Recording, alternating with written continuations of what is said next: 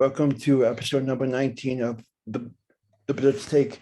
I am here with Alec Whitaker from Victory Bellrings, and I'm excited to hear what he has to say about last night's amazing finish and uh, a dominant performance by Sean Clifford. So welcome. Yeah, thanks for having me. Yeah, it was a wild game last night. That was a fun one.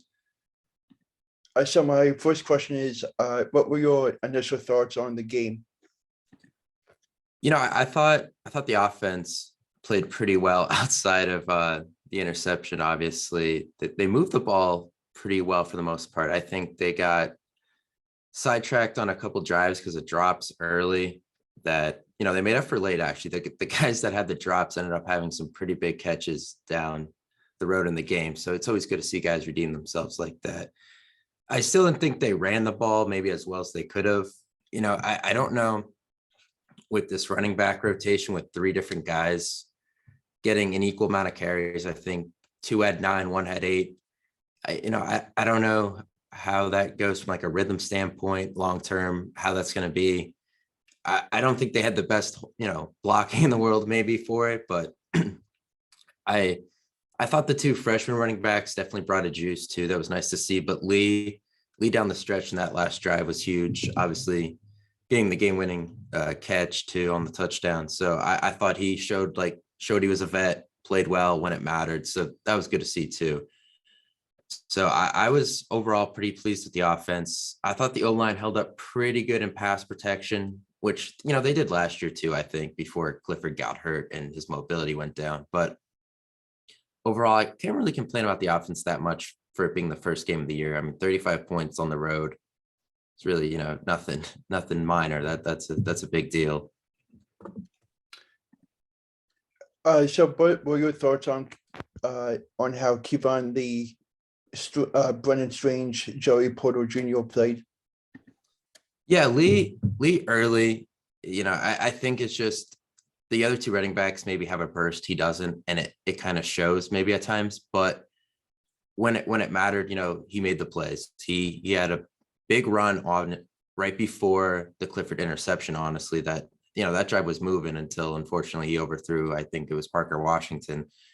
So, big run there. And then the final drive, obviously, with the catch and doing some blocking on that drive too. I thought he played pretty well. And I think he understands that there's two really good running backs behind him that he needs to keep playing. So, that was nice to see. Strange, Theo Johnson, no one expected, he didn't play. I don't know what happened there. There's a lot of people I think out there that I think like Theo Johnson more than Strange, but man, Strange with that catch and run on right before half to give them that touchdown. That was honestly what happened there where they got the strip sack and then in 30 seconds they were able to get in the end zone. That was honestly, I think, where they won the game. There was just a huge momentum swing regardless of what happened in the fourth quarter. I just think being able to go up 11 there when you could possibly just have a 1-point lead at half or possibly be down, that was huge. So I thought that was impressive to see him do that, because I think maybe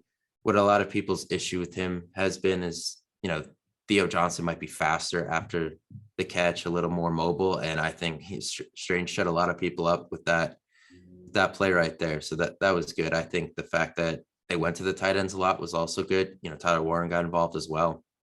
And for Joey Porter, he's a physical player. It's gonna hurt him sometimes. It's gonna help him. It's just how it is. I don't know how else to put it, but he made he played the plays down the stretch when he needed to, breaking up some passes. I thought, he got a little unlucky. That one pass interference he got called for in the end zone against Charlie Jones, I thought that could have been let go. Like I feel like they're not letting them play at all. I don't even know if Charlie Jones got all the way turned around to get to the ball. So a couple of them I thought maybe got screwed on, but you could see the talents there. He is a legit corner. He has the size, he has the strength. It's just at sometimes he's over physical and he still needs to tone that down, I guess. But I thought the three of them all made key plays when it mattered.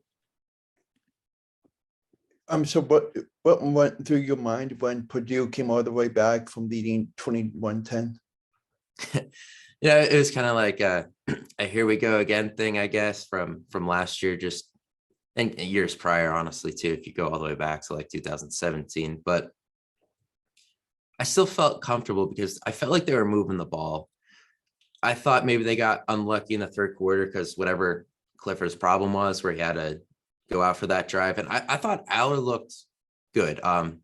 Unfortunately, he made a heck of a throw to Tyler Warren and unfortunately dropped it. And then on the third down where he overthrew, I can't remember who the receiver was in the middle of the field, but he kind of overthrew them.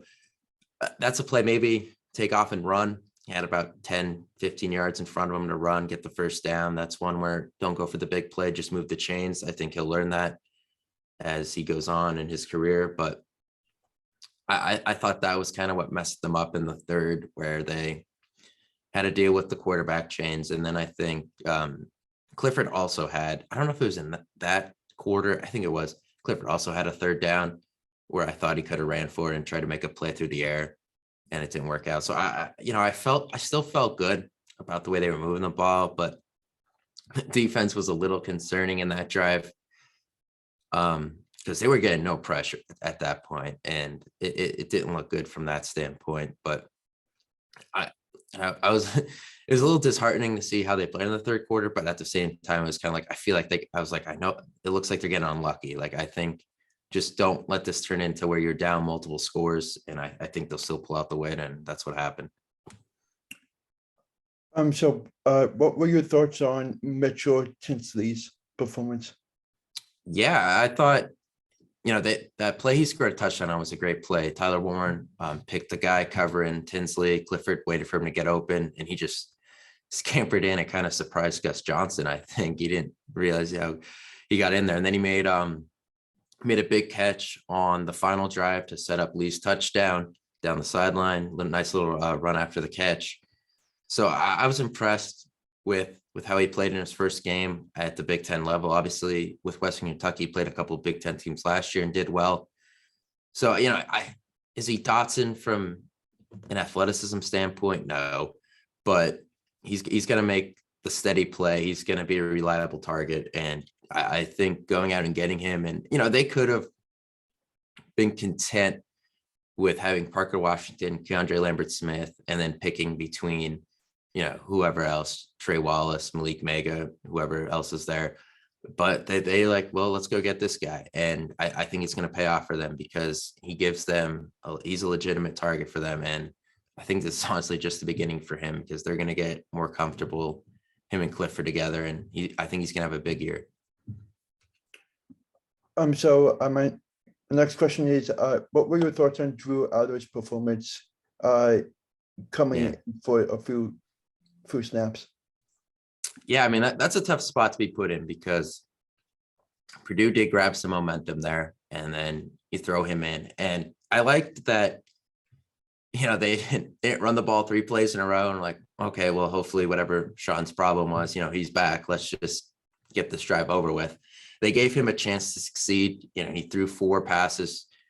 I think the first completion, they kind of, wanted to ease him into it. It was like a bubble screen to Keandre Lambert-Smith.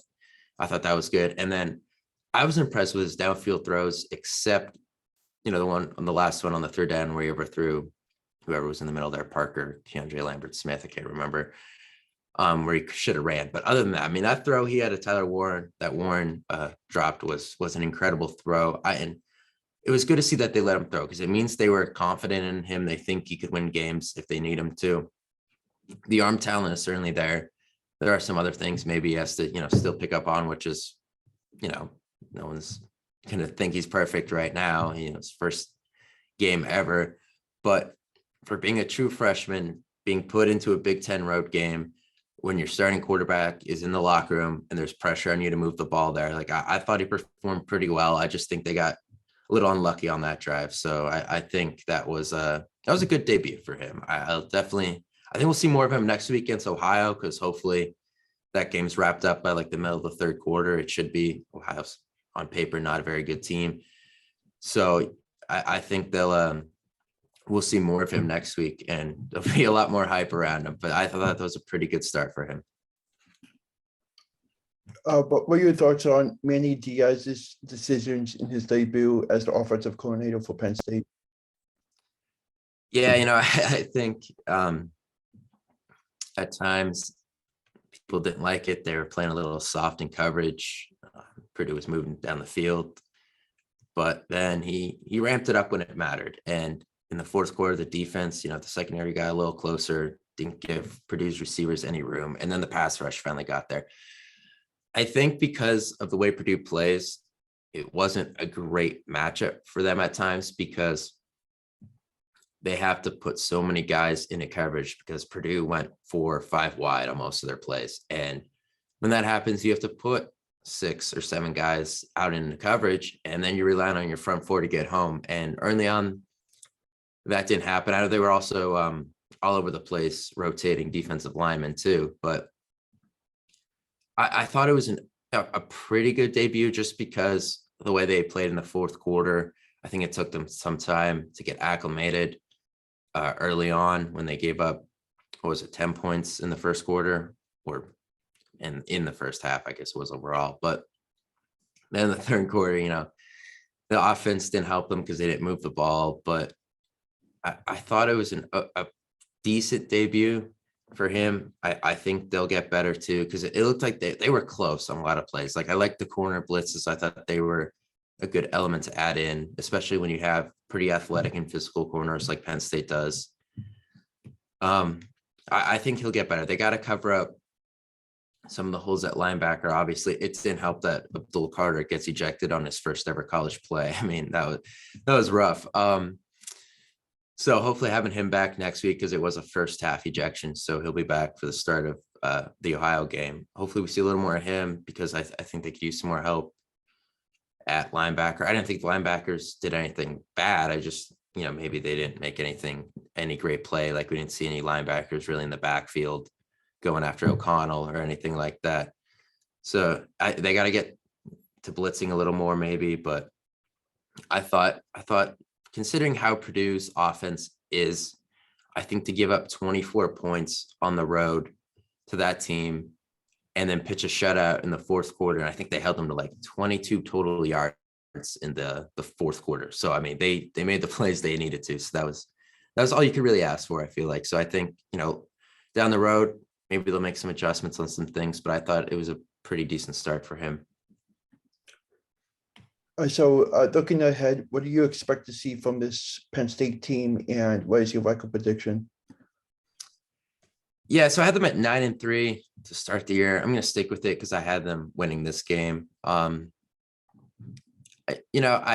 really liked the way they moved the ball. I still think they need to figure out a couple of things on the offensive line. Like Bryce Effner came in and played right tackle on that final drive.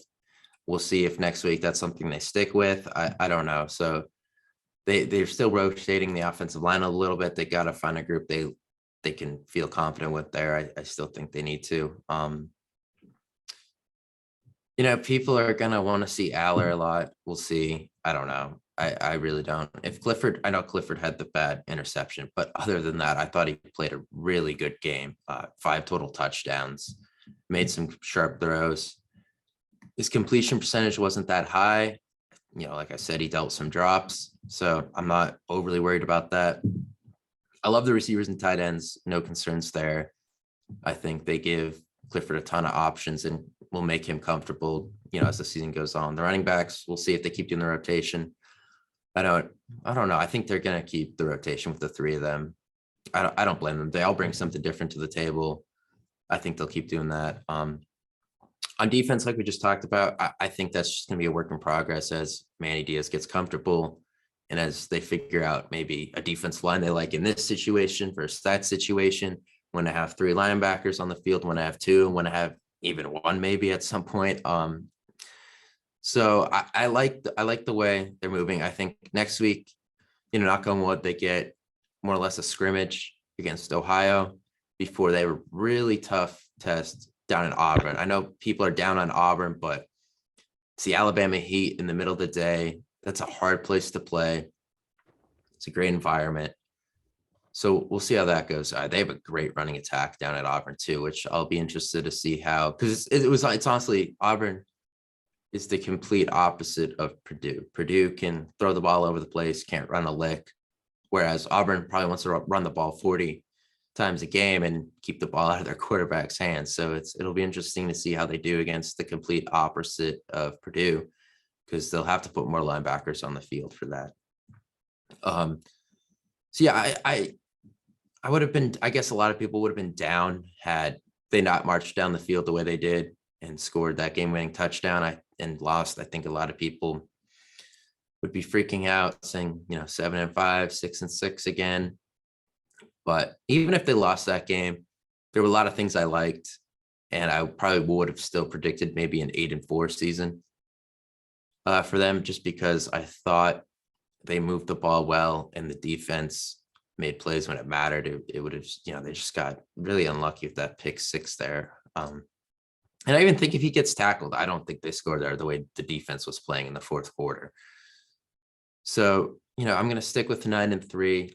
We'll see if they win at Auburn and it's somewhat convincingly, then we start talking about, oh boy, Ohio State's at home, Michigan State's at home, Minnesota's at home. Michigan has a great offense, but their defense might be down this year after losing 25 sacks from Hutchinson and Ojabo, and Daxton Hill was a pretty good safety as well. So I'm interested to see how Michigan looks too. But I mean, then, you win that, you're 3-0. Central Michigan's a decent team from being what they're in the MAC, I think. For being in the MAC, they're a pretty good team. So that'll be a nice test. And then I think they have Northwestern. So I think they win at Auburn. They have a pretty good shot to be 5-0 heading into the bye week. And then you got that tough 3-game stretch against Michigan, Minnesota, Ohio State. So I don't know, this season could be all over the place, honestly. I think it'll be an exciting one because we still don't really know what we have. It's an interesting mix of, you have guys like Singleton, Allen, Denai Dennis Sutton, and Abdul Carter on defense. These young guys trying to make plays for the first, and Landon Tagle on the offensive line. You have these young guys trying to make plays for the first time, get their feet under them. But at the same time, you have a 6-year quarterback. You have a 5th-year defensive tackle. You have a projected first-round pick at cornerback in Joey Porter Jr. You have some pretty experienced tight ends. Parker Washington is a 3rd-year guy. Mitchell Tinsley is a 5th-year transfer. So it's an interesting mix of old guys ready to win now, and then also talented young guys just trying to get their feet under them. So it's an interesting mix of this team. I think at times we either had teams that were like super young, like in 2015, and then grew up together through 16, 17, and 18. And now we're kind of in the middle. So I think it's a nice blend. So we'll have to see how it goes. But I'm just kind of interested in how this year goes, because the expectations aren't through the roof, but I also think they could surprise some people. Yeah, it's going to be a very interesting rest of the season. And thank you so much for taking the time to come on and talk Penn State football, and looking forward to having you on soon. Yeah, thanks for having me. Definitely do it again. Thank you. Yep.